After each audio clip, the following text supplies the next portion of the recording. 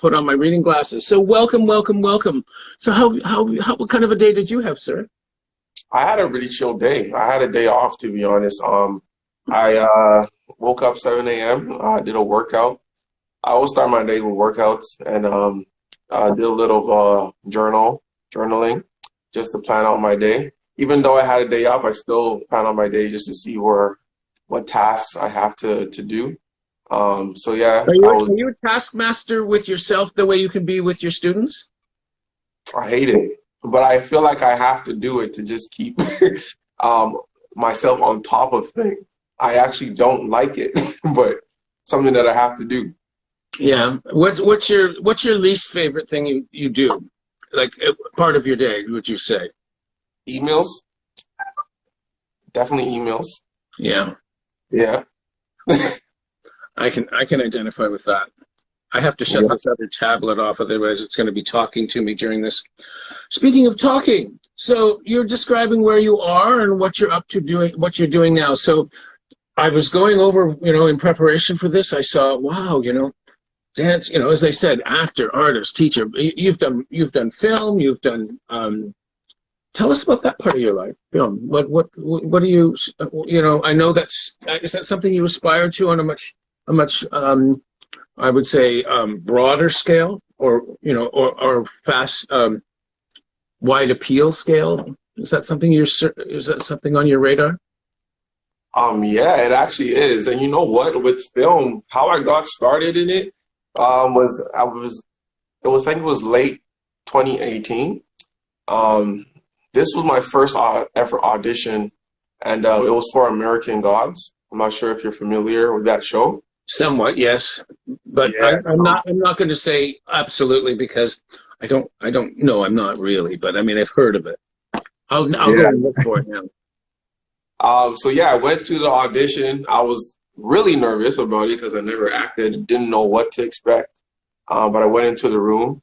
Before going into the room, I was also rehearsing the lines over and over again. So I believe that habit of rehearsing the lines over and over again actually helped me with my audition. But yeah, I auditioned, didn't know what to expect after that. And then I got the call back to be casted. And I met some great people on set. I'm not sure if you're familiar with Ricky Whittle or Orlando Jones. That name sounds familiar, but again, Percy, I've been exposed to so many different new genres of, like, especially the music for me, because my background's in classical, and now I'm listening to hip hop and rap and R&B and everything I can get my hands on, just to sort of get a feel for the whole. So you got to talk about that, though. I want to know who your favorite artists are. Absolutely. And so, what did you like the film? Did you like filming? Yeah, it was a TV series. Okay. Yeah, just being able to be around that type of environment, it helped me to realize like what I want in life. And they were giving me advice, and they're like allowing me to understand like what work you need to do, or like what work you need to put into the craft to be at that point of where they are in their career. But It's not much about like wanting to be famous. It's just like the passion and love that they have for the craft. This is why exactly. Everybody says, "Oh, it's who you know," but that's true. It is who you know, but it's also how they know you. And that, and their reputation, so to speak. And you probably get this all the time as well. People want you to speak on their behalf, but they've never really interacted with you to give you enough idea what they're all about. I mean, I don't know if they can get to a set on time in the morning. I don't know if they can, go for 12 hours straight, or, with breaks, of course, but I don't know what their work ethic is. I don't know what their ethic is. So it's really a question of how they know you. And I can't think of a better way for people to get to know you than work with you. I mean, that's the privilege. You got your foot in the door, more than your foot in the door in that regard, I would think. Again, because it's how they know you. So this is exciting. Mm-hmm. So So this you've just related a good time, you know. So what would you say was your hardest moment in your life? In my life, Yeah. hardest moment in my life. Well, a few years back, I I think this was after 2018. This was probably 2019. Um, was in a relationship, and I I was mainly almost at like a pinnacle of my career. I wouldn't say like a pinnacle, but like a high point of my career. Right. And everybody was showing me love and whatnot, and relationship was going well. Like it wasn't like we were in a terrible relationship, Right. but something inside me didn't feel right. Something inside me felt like I was faking the funk, Yeah. and I had to address that for myself. I didn't know what it was, but I know my spirit or my soul was like trying to tell me something. At that Well, point, I didn't I'm really going know to how to hazard a connect. guess here. I'm going to hazard a guess here, Percy, that your experience with those actors you said just mentioned on set, that what part of the hard work is reaching inwardly to express outwardly. I mean, that's my concept for styling, but it's also a good method for acting as well. And I would Yeah. say all that reaching inwardly you did around people who were doing the same thing got you to thinking, and And it doesn't, it's our feelings and our emotions. Our inner world is very much interconnected, just as much as our outer world is, and I so. agree with you You 100%. know, it doesn't take much to I like to call poking the bruise. It doesn't take too much to poke the bruise to get you, the blood trying to get the blood flowing again and saying, okay, what WTF is going on here, Yeah. Yeah. As soon as you said relationship, I went, okay, yeah, got it. Yeah. Check. um, so again, then could you describe then what was that catalyst that pushed you to make the change? Because that's a big thing, because that the response to, well, it's me, honey, not you, is not going to wash. If you've invested time in a relationship, I think anybody who invests any time in any relationship deserves it to end as brilliantly as it possibly could, or as much as it possibly could. But it's not always. So what was that? How did it end? Let's put it that way. How did it end? I Not well. mean, it didn't end on a good note, to be No, honest. exactly. Yeah, yeah, Well, it started off ending on a good note, but as it progressed, it got worse, to be honest. But now, yeah, the relationship is like it's cordial, yeah. obviously. But You know, to answer your question, like the catalyst of the moment that I needed to find myself, my inner world, was actually a moment whenever okay, so 3 nights in a row, I was waking up in the morning at 6:21. This will happen 3 nights in a row, and I didn't understand why. Every night I woke up, it was 6:21. So on the third night, I was like, okay, I feel like God's trying to tell me something. they So are. I, They are. The gods might be crazy, but they're still listening, Percy. yeah, and Continue. it has a Sorry. correlation to American gods as well. It's crazy. Yeah. But so I Googled 621 because I didn't know what else to do. Yeah. And then the scripture, Matthew 6:21, came up. And in that scripture it reads, where your treasure is, there your heart will be also. Grazie Dio. Yeah, that's right. Yeah. Exactly. When the brain knows what the heart feels, that's what it is. That's what it is. So that was the catalyst of that inward search. I knew I couldn't disobey that because God was telling me to do it. So here's That's my what I next did. question. Have you forgiven yourself? I have. Because, when you feel that you're the one that needs to make the move, and it really is you making that move, because your intention is to move on without that other person as attached to your life as they are at the present moment. That's a lot of guilt. Hmm. because not only are you fragile, but you're also creating a situation where another person might be fragile, or vengeful, or angry, or demoralized. I mean, you never know. You never know how people are going to respond. But you know what? When you make yourself the center of your own universe, this is what I always say. When you make yourself the center of your own universe, the other universes adjust. They adjust. That's true. So was there anyone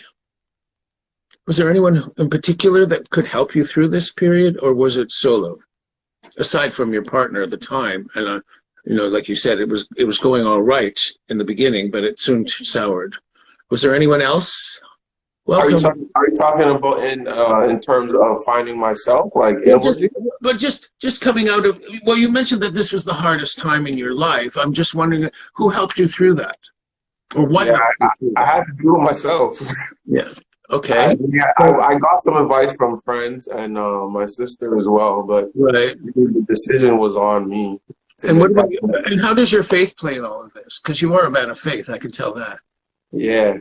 For me, I just recently got back into like having a relationship with God. Whenever I was like 17, 18, I used to go to church every Sunday, and then 2 years later, there was like there's a lot of like judgment and fear-based mindsets in the church. Amen. That I just didn't want to be a part of. So I took myself out of that until the age of like 25 or 26. And I started understanding God for myself and understanding scripture for myself. And whenever I did that, there was a lot more clarity as to why relationship with God is so important in our lives. Well, and also, Percy, I would offer that the closer you are to yourself, the closer you are to God. I preach it. That's what it is. Yeah. Holy Spirit. Did you see that new thing that's on? Oh my goodness, I don't dare go there. But that's it. It's a supplication. It's just, God is not somewhere out there. God is within. And that's the whole point. And the point is, for me, oh God, good Lord, thank you. How did we get on this topic? But it's true. It is. The sanctity is perfection of self. That's what the saints did. The saints perfected themselves. They didn't perfect, however they did that, or at least the perception of perfection. Exactly, because no one is perfect. Exactly. I mean, I don't want to sound preachy here, but that's my philosophy. So, aside from yourself, and aside from what are some of the other things you've had to overcome in terms of your career as far as a dancer? Tell us about your dance background, because you really are so mesmerizing in terms of the fluidity. I've been around a lot of dancers in my life, mostly ballet dancers. And I studied ballet, jazz, and modern, and all of that. I had to for my singing career. But if there was one person that was going to bump into you on the stage while you're singing, it's going to be a dancer, because dancers don't look where they're going. They know where they're going. They don't always look where they're going. If they can hit a point, they can hit a mark on the stage when they need to on a beat. But they don't care if you're in their way. If you're standing in their way, get out. Hey, awareness is a thing. That is very true. That's why it's so important that you rehearse. Right. Yeah. Well, that's and exactly your work ethic, I would dare say, comes from your dance background. Yeah, there's a lot of correlation between life and dance, I feel like. So to answer your question, for me, in terms of dance, like the obstacles I had to overcome in dance had to do with everything that I had to overcome in life to make my ability to dance even better. So I feel like back in the day, my mind was my own adversary, and just overcoming that, like the fear of failure, fear of judgment, because being in this industry, you have people looking at you all the time. Like, you have to perform in front of an audience. Even if you're auditioning, you have to perform in front of judges. Yeah, I So know. he's judging it all the time. There's always And eyes. you've got all the 5 minutes to show them who you are. Yeah. Yeah. So that's hard within itself. But having that understanding and that confidence within yourself is obviously going to help you, because the judges just want to see you. Like, the people watching you just want to see your energy and how you move in the room and all of that. So I had to overcome my mind first before anything else. And when I found myself overcoming that, all the fear that dissipated, I became so much more of a better dancer and a better teacher. Yes. A better human. Yeah. It works that way. And that's part of the process of perfection of self, I think. You know? Yeah. It's a case of, you know, there's that famous joke, or a gentleman in New York is carrying a violin, and a person visiting, a tourist, walks up and says, "How do I get to Carnegie Hall?" And his answer is, "Practice, practice, practice." And that's what it is. So you mentioned earlier in conversation that you tend to overthink something, like, or over process it. Do you? Is that what you said earlier? Do you think that's related to your intended? Are you borrowing from your dance background? I mean, to that, obviously, to filter into other parts of your life. But is that something that is positive in your life or negative in terms of how you mull it over, the process of discernment? It used to be a negative thing. I felt like me overthinking was just like an inversion of me feeling the fear of not being adequate enough to show my ability, if that makes sense. So the overthinking was actually fear within itself. Can I make a prediction? Yeah. 25 years from now, you're going to say, WTF, what was I thinking? Because you are going to see yourself the way others always see you, in terms of your talents, you know. I trust me, you're going to have that moment. It's like looking at a picture of yourself when you know in that picture you felt you did not look your best, and now you look back at it and go, "Hey, not bad, not bad, not bad at all. Not bad, you know, I was bringing it, I was serving it." And those moments happen. Like, sometimes whenever you're performing on stage and you just feel like, let's say you feel like you messed up one part of the choreography, like, really bad. Like, in your mind, the movement was supposed to be this. Yeah. And you did all of this. Like, that's what happens in your mind. And then this video footage of it, you watch it back and you're like, oh, you can't even see the mistake. I can't even see the mistake. No, that's why I always wanted to be in the back 40 on the stage. Yeah, I was no dancer. I could fake it. Well, I could fake it, but I was no dancer. You would love to see never pretend to be. So, what keeps you going? We know that your faith now keeps you going in some way. What else? Your workouts, obviously. I would say mainly like family and community. Like, my family means a lot to me, and especially like my parents. We weren't the most fortunate family, and my mom made a lot of sacrifices for me to get into the position that I am today. So I love her dearly for that. God bless her heart. Even though in the beginning she was like very worried about me taking this career path because she wasn't sure about it. Yeah, as do all parents, just because they care about you. Yeah, yeah. But, you know, above being successful, parents want you to be happy. Yeah. I know that. I know that. If there's a message I know that will never die with my mother, who's still living, by the way. She's 94, and God bless her. God bless her. I mean, she's severely demented, and it's a horrible disease. But there's always that thread of connection spiritually. I know with her, and what you speak of having that support. And it really is a moment of rejuvenation to know that someone else who is so connected to you, even though they've now lost their mind, so to speak, they don't really lose their hearts. Yeah. And you feel it. And again, it's that, what the brain knows, what the brain knowing what the heart feels. Amen to that. So tell us what are some projects you're working on these days? What, like the Studio North, that looks like a dynamite space. It's really dope. Like, I see that space as, I'm not sure if you're familiar with the X-Men. I am familiar with X-Men, yes, because I've had to look it up for references for styling.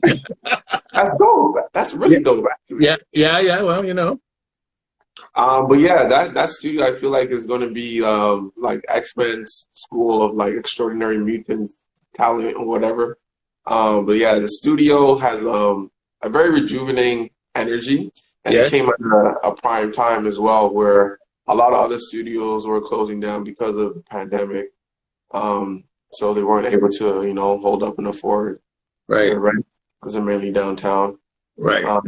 So yeah, that studio came in, and the owners came in from Vancouver as well, and then they built it up, opened it in August, and the energy has been great ever since. And where is it located? I mean, give them a plug. Do you work there now? Are you affiliated with them? I do. I work there every Tuesday. I'm teaching 8:30 p.m. 374 DuPont Street. Woo! There you go. Yeah. And is there a name for the class? Well, I teach Afrofusion. Ooh, which is what? Yeah. Which is what? So Afrobeat is basically like a huge umbrella of different styles. Percy, do you think I'm going to let you get away with telling us? Show us. Stand up and show us. Come on. Whoa! I didn't know I was doing this. I was doing this. What do you mean? I don't know. You're the actor. Show us. Wow. So I got to put on music? You could. Oh my goodness! You should have. I don't even have my dancing pants on. My pants might rip, JP. Look what I got. Well, at least you got pants on. Okay. Well, I can show you a little bit. So one style that we do in Afrobeat is from Congo, and it's called Ndombolo. Yes, and it's all about using waistline. Yeah, I can just do this. Yes. So it's all about creating a rhythm with the waistline and just having fun, enjoying the vibe. That's it. Hey. And you just make sound. Yeah. Oh, yeah. Woo! Yeah, that's it. Oh, I love it. Yeah, there you go. That's it.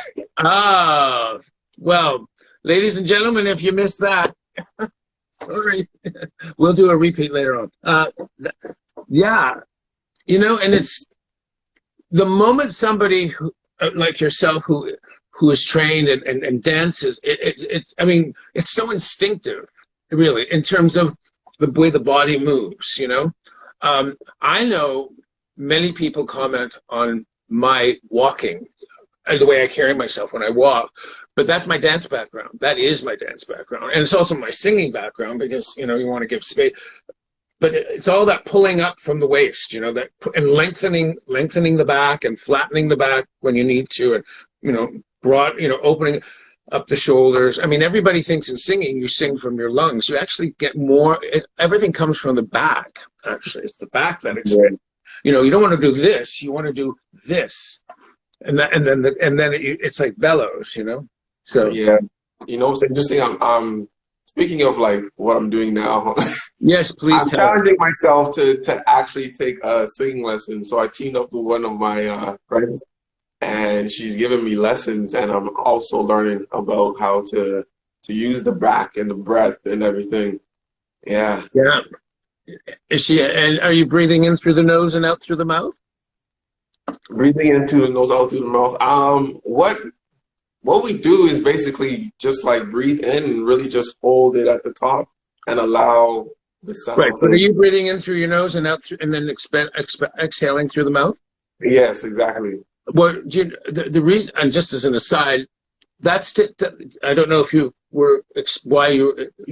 if someone explained that to you, but you breathe through the nose so the air is warm through the nasal passages so that when it passes over the cords, it doesn't catch your cords.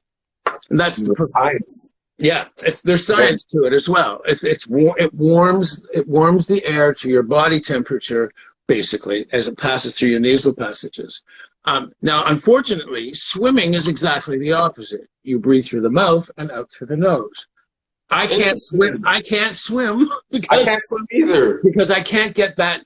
It's so ingrained. I mean, I've been singing all my life, so I can't get that out of my head. My body just won't breathe in. I can't breathe through my mouth in the sense of as a way of producing any kind of anything. I can breathe through my mouth if I'm stuffed, but I breathe through my nose instinctively and out through, and I dare say most singers do. And depending on the type of singing you're doing, but generally speaking, that's the approach, and that's the whole diaphragmatic engagement as well. So your dancing will help you a great deal with your singing, and it's your support. Yeah, it has. And from what I can see, I think you've got enough support there because you're a very conditioned man. So, yes. So you mentioned how your family has had that impact on you. Is there a mentor or any outside of your family that you've been able to dialogue with? Yeah, I mean, I've had many mentors in my life, like very fortunate to have them as well. I've had mentors in dance. I've had mentors in faith. I've had mentors in art. I didn't speak on that. Like, I actually do visual art as well. I know. I'm getting to that. Yeah. Yeah. So I've been very fortunate in that aspect of my life where I can be able to, talk to certain people of different industries or different like parts of my life just to get an insight of, if I'm doing what I'm doing, if I'm on the right path, you know what I mean? So yeah, I know what you mean. Yeah. So whenever like I'm going through something, it's really great to see into a world of somebody who has already gone through it. So it's easier for me, I would say. Like, I'm very young, but because of the mentors I have in my life, I've learned a lot. 28 years old, but I've learned a lot. And I'm the youngest in my family as well, so I've learned from my older siblings. Okay. Yes. I'm the second youngest. So, so what would you tell your 13-year-old self? What advice would you give your 13-year-old self? That boy was troubled. Exactly. We all were. I call it hormone overload. That's what it is. No, it is. Listen, I taught grade 8 French for 25 years. I taught hormones. I taught walking hormones. That's what it is. And that's why I asked great, at that age in particular, because that's a tough time in a young person's life, male or female. It's really tough. And if you have any kind of other extenuating issues or like for myself, my sexuality, or, I know others that were doing, gender, they're questioning their gender, and, all of that just compounds what's going on, that it's really tough. So what would you tell your 13-year-old self? From what I remember, I really just had this knack for wanting to just grow up at 13-year-old. I just wanted to become an adult. So I would tell myself, you know what, just be present, like be patient, live. And are you? Are you? I am now. And experience life for what it is. And yeah. I don't know. You have a very rich background from what I've seen, in terms of my exploring your life and in terms of getting ready for this presentation. And so let's talk about your art. What about your art? What's that all about for you? Where did that start? That was one of my first loves. That was one of my first girlfriends. She came to me at the age of 5, and put a pencil in my hand. Young love. Yeah. She put a pencil in my hand, and one of the first drawings that I can like recollect from memory was a drawing of Adam and Eve. Adam and Eve. Yeah, naked bodies. Wow. I was drawing anatomy at the age of 5. And my mom saw it and she thought it was beautiful. That's so your mother thinking it was beautiful really just put you on the one path, because her response to it could have put you on another. You know? That's true. Especially at that age. That age is very intuitive. I mean, they can sense a change in the temperature in a room like that. I know I could. So yeah. So like for me, I drew that from a book that we had, because there was this like those books that guide you through the Bible, like just picture books. Yeah. The Bible, yeah. It was one of those books that I opened up and I saw the image and I decided to copy it at the age of 5 for some reason. So I noticed that I was very good at like mimicking different artworks at such a young age, and reading up on like Michelangelo, he was able to do the same thing. Wow. As well.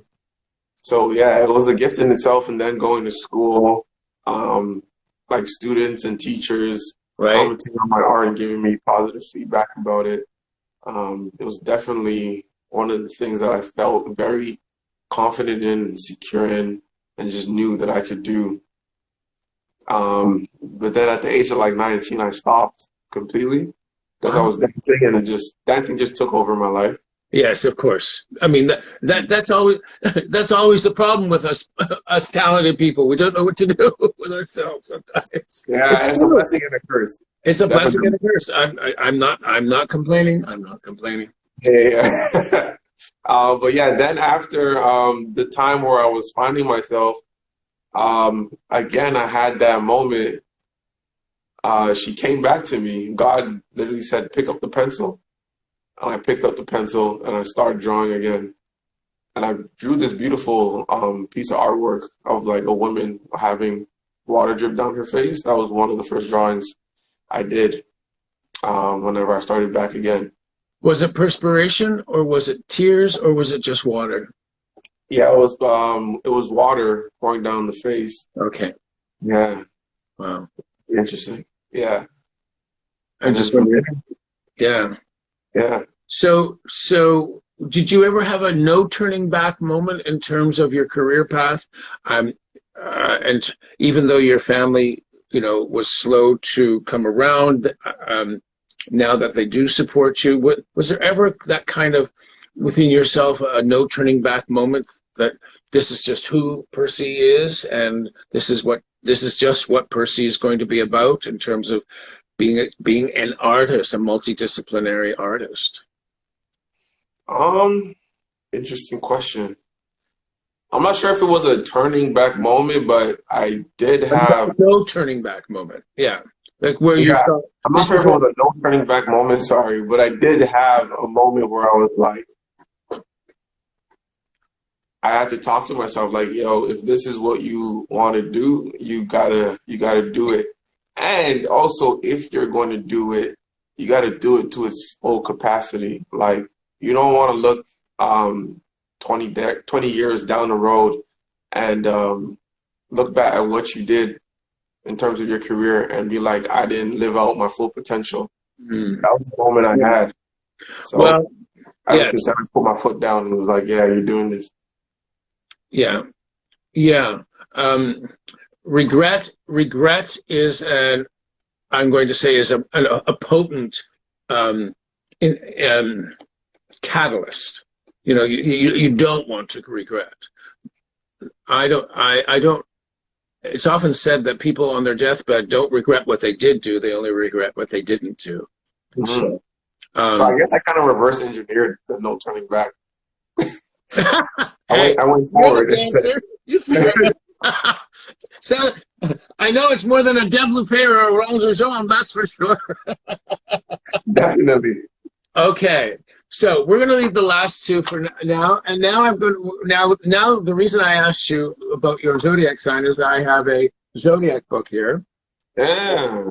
And, oh dear, no, I just lost the page, of course. There we are. So all I want you to do is respond yes or no. So I'm going to read you the description of Gemini, and you tell me if it jives with your perception of who you are as a Gemini. All right. Gemini, May 22nd to June 21st.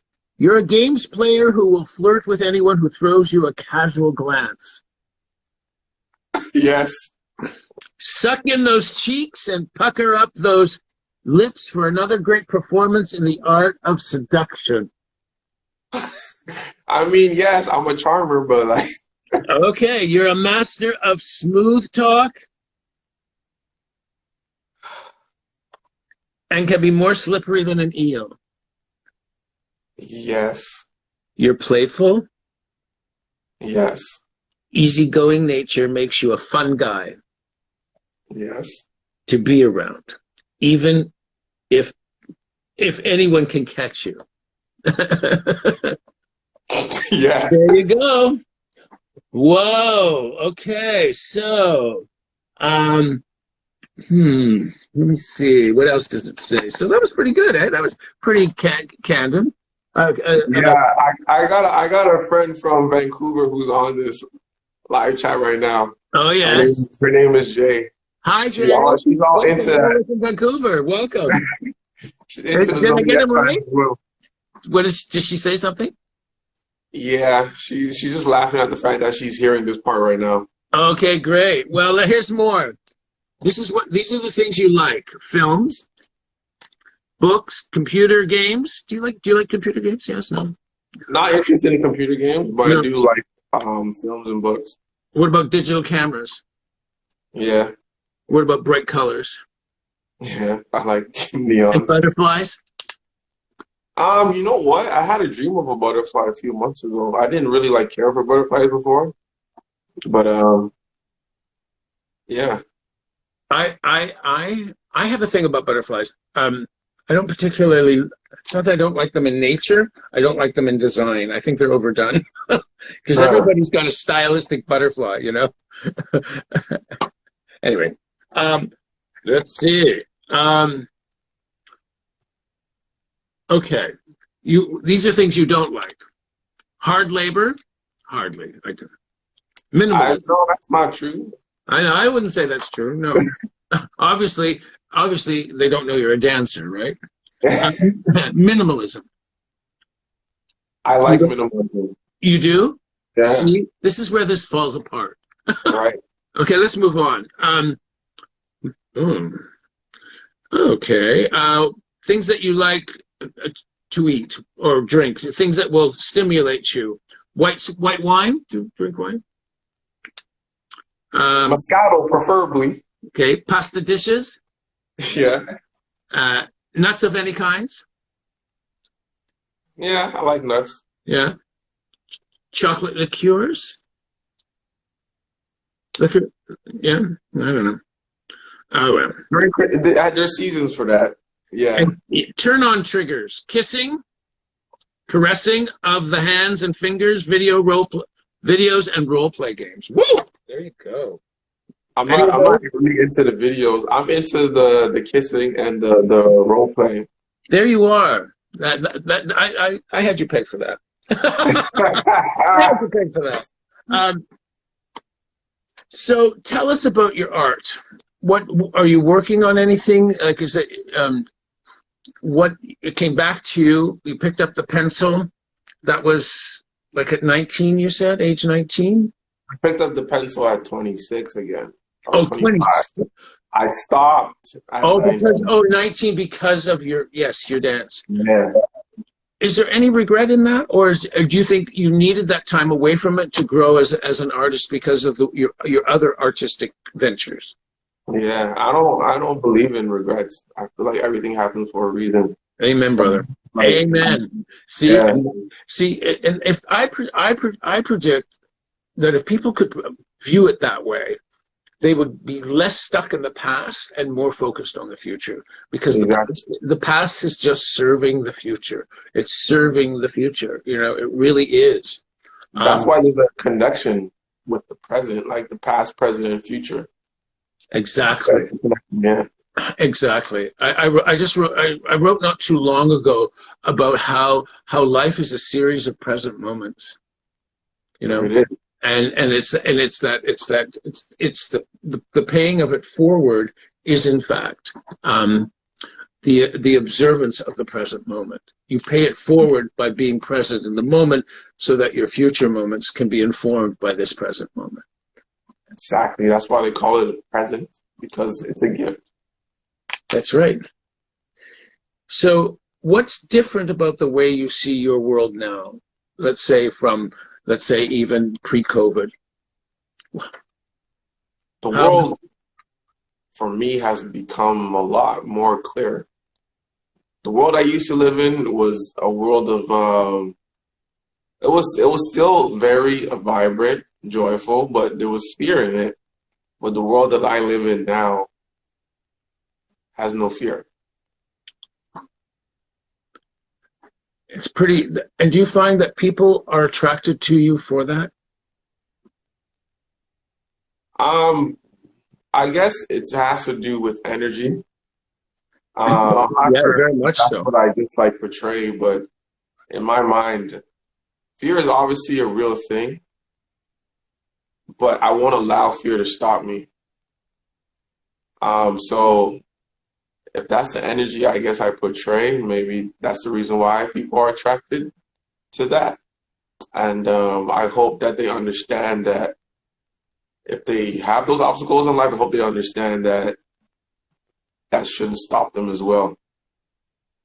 So you have mentioned this fear all throughout so far this evening. If you could put your finger on one thing, that you're fearful of, that you have been fearful of, what would you name it? How would you describe it? It was definitely fear of failure. But how could you be a failure when you're so successful in when we talk about present moments? Was there ever? I mean, we all have failures in terms of the learning process. That's part of the learning process, to learn from the failure. So that's different. So here's my question about that: was failure an option, or was it a possibility? Are you talking about back in the day for me? Yeah, like how did you view fear? I mean, how did you view failure? Did you view failure as an option or as a possibility of which, in anything that you would endeavor? Yeah, I definitely viewed it as a possibility. And I feel like it stemmed from probably just like the school system, just like society. Because like what you see in the news is literally fear porn. Like they're just throwing fear at you all the time. And society telling you it's going to be hard to become whatever you want to become just because, and being an artist, you're going to be a starving artist. All of that negativity was just like, obviously, those things took a toll. And I felt like it was a possibility. But now I have this relationship with God. He tells me otherwise. And I'm just like, okay, I'm going to do it anyway. Yeah, exactly. Straight. Did anyone ever take you aside as a young boy and have the difficult conversation of trying to explain how the color of your skin might affect your life or might enter into your life? Was there ever that conversation that somebody sat you down? No. Never a one-on-one. Okay. Was it okay? What messages were you getting as a young boy in that regard, in terms of the color of your skin and how that might alter your choices? Yeah, there wasn't any direct messages, but mainly like indirect messages. Mm-hmm. And that just came from, I guess, society. Right.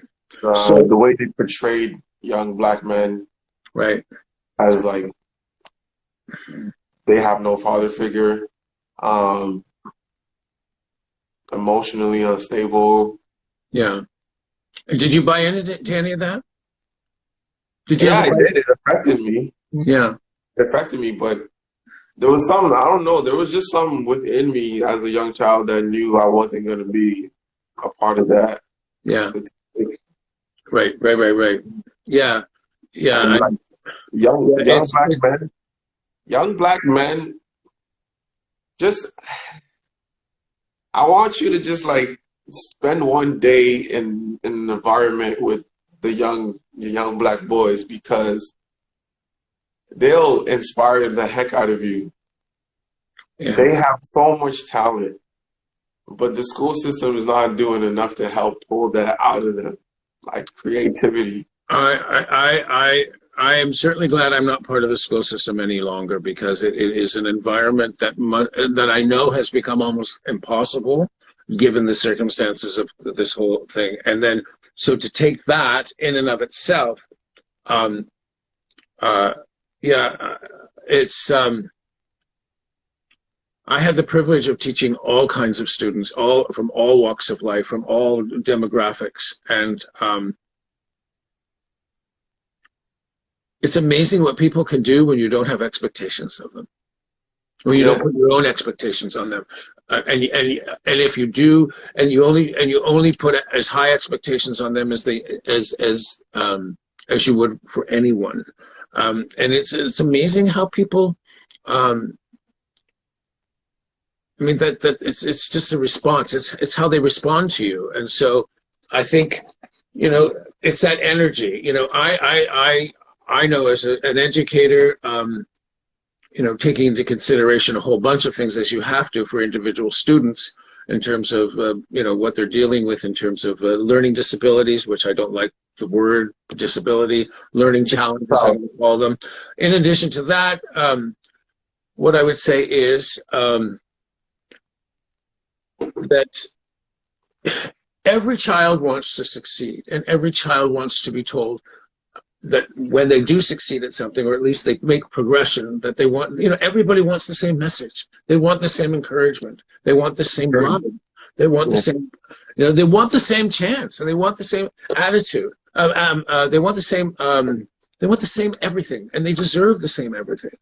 And, in terms of education, in terms of opportunities.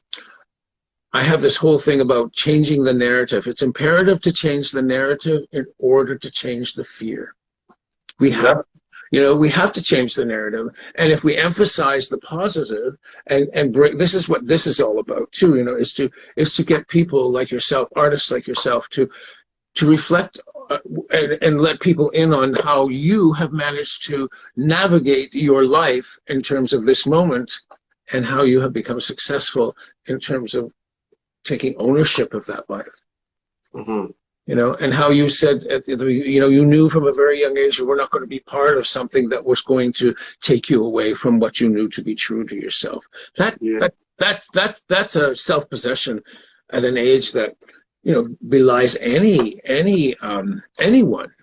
But as a young black artist, I would think that really has to galvanize you in some way to have that kind of protection of integrity of yourself. Yeah, and for me, it wasn't even just about being black. Like, I just had that type of, I don't know what to call it, like tenacity, or like intuition that, if you tell me something negative about myself, I'm going to prove you different. Okay, good. Yeah. Well, I would say you have proven everybody different. Yeah. You have. So what is your vision for the future? And then we have about 5 minutes left. What is your vision for your future, Percy? How are you designing your future? I got a wild future. I won't get into it too much, but future for me, the future for me looks like me taking care of my family.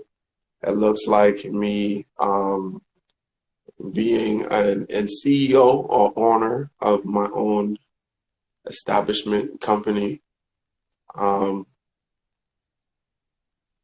Okay. Just owning something. It could be establishment, it could be land, but I'm gonna own something. And I'm gonna help lead, I guess, this new thought of understanding who we are as humans. Well, I would say you're certainly part of the enlightenment, and that's what it's all about. You know, when I'm not a full-time teacher, I'm a full-time student, and I have learned a great deal from you. So have I. And I would like to do some work with you. I have some new, I would love to style you, and I've got some ideas. I was waiting for you to tell me this. Yes, I love to style you. Absolutely. And this is what this is all about. You know, styling is all about reaching inwardly to express outwardly. And I need to know somebody a little bit before I can start styling them, because I market myself as a conceptual stylist. And so I conceive of what I believe to be the style for you based on what I know of you at the time. And that's fluid, because as you change inwardly, you're going to change outwardly.